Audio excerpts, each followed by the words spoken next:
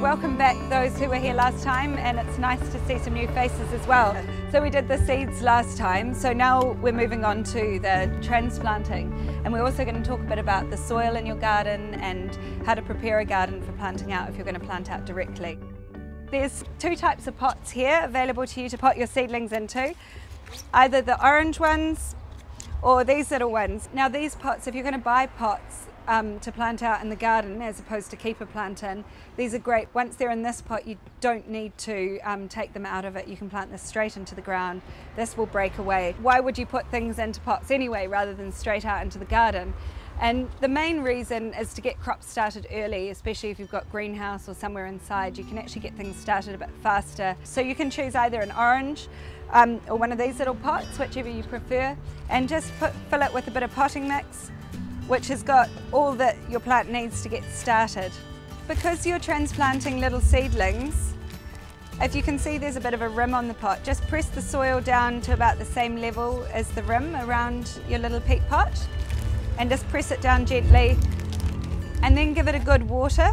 If you make sure you water the pot really well at first and get the water into the soil down the bottom, that just means that you know when you put your little seedling in that the roots are going to be solid. And then just make a nice little hole with your finger, press your finger into the pot so there's a nice little hole ready for your seedling.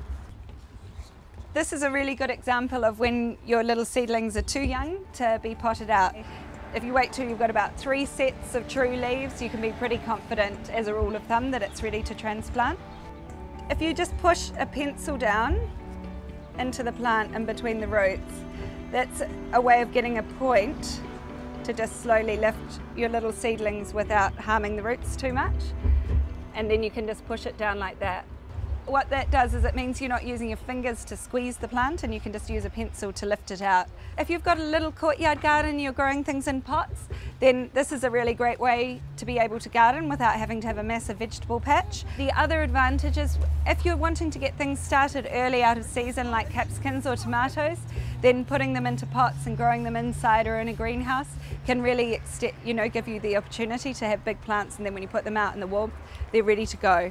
Now the next step, it's really important to remember to water your seedlings straight after you've transplanted them, because plants will go through a bit of a process of shock and stress, especially when you're starting to get hot weather like this and the sun, and you disturb those roots, which are of course their tap into the water in the soil.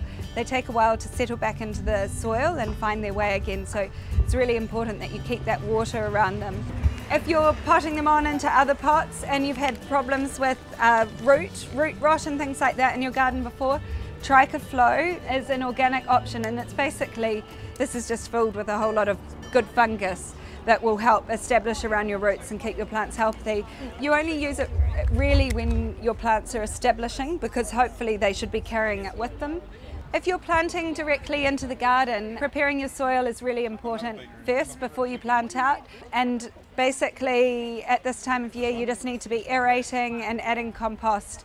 When you're digging over the soil, you don't need to dig very deep.